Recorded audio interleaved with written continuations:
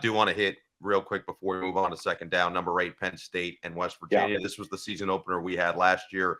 It was at Penn State a year ago. It'll be at West Virginia on Saturday. But the Drew Allar experience, it feels like that's the biggest question mark. What does he do in taking another step forward? Because if he can, Penn State's a legitimate threat around the country.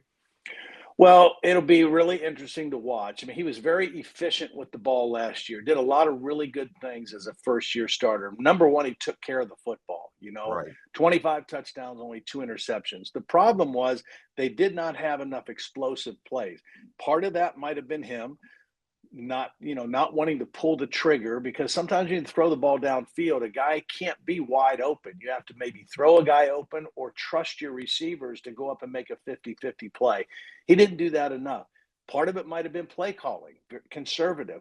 That's why they made a switch by the end of the year and offensive coordinators. Now a new guy comes in from Kansas, Andy Koltonicki. So we'll see what that looks like. And then wide receiver, I just think that that's been a little bit of an area of weakness for the last couple of years. I don't know that they really upgraded that position. We'll see how they look, but they need more explosive plays in the pass game. They've got their 2 running backs back. Their offensive line should be pretty solid. They're good at tight end, but can they get explosive downfield plays from their quarterback and wide receiver? Now, this game coming up, I mentioned USC, LSU. That's probably the toughest test for a Big Ten team. I think this is the second toughest test because we did that game last year. It was 38-15. It was much closer than the score indicated. West Virginia played well. They were able to run the football. I was very impressed with their quarterback, Garrett Green, last year.